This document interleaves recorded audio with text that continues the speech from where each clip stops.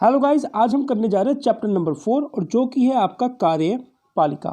और first question है आज हम करेंगे, ध्यान से समझना इस क्वेश्चन को।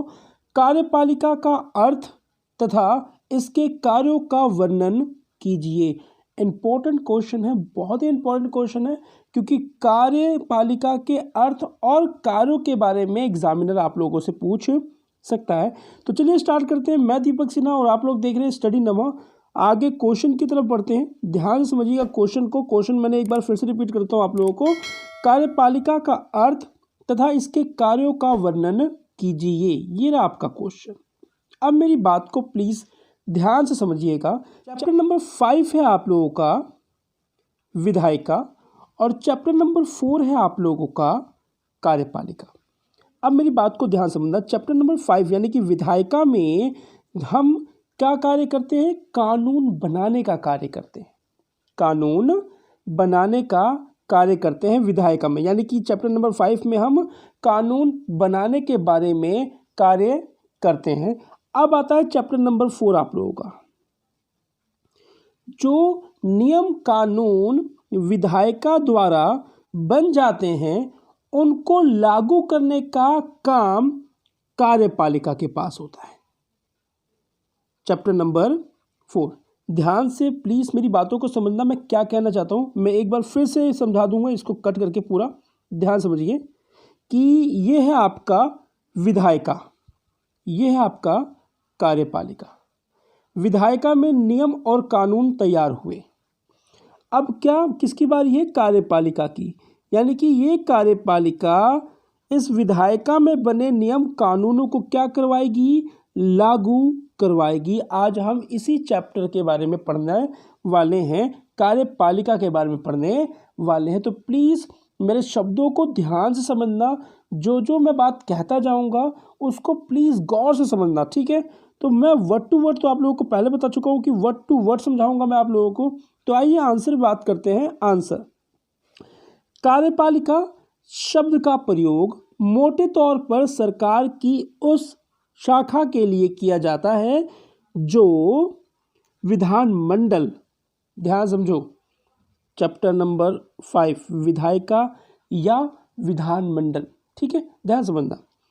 जो विधानमंडल द्वारा बनाए गए कानूनों, यानी कि इसमें बन गए कानून, इसमें कानून तैयार हुए। अब आगे बढ़ते हैं। बनाए गए कानूनों तथा नीतियों को लागू करने के लिए उत्तरदायी है। अब उत्तरदायी कौन है? कार्यपालिका। इसके अंदर जो नियम कानून बने, जो कानून बने हैं उनको लागू करने का जिम्मेदारी अगर देखा जाए किसके पास है? तो कार्यपालिका के पास है। तो ये है एक सीधा साधा अर्थ। अब बात आती है कार्यपालिका, ध्यान समझना।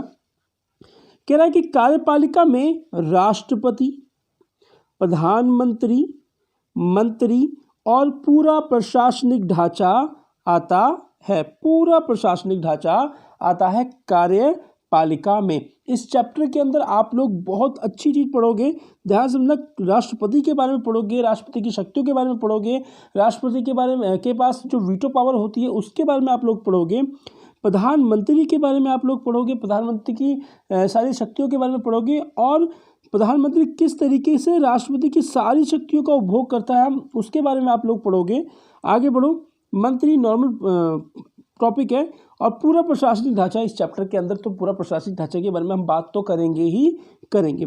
तो आशा करता हूँ आप लोगों को अर्थ समझ में आ गया होगा कि कार्यपालिका का अर्थ क्या है। तो आशा करता हूँ आप लोगों को अर्थ समझ में आ गया होगा। अब हम बढ़ते हैं कार्यपालिका के कार्य की तरफ।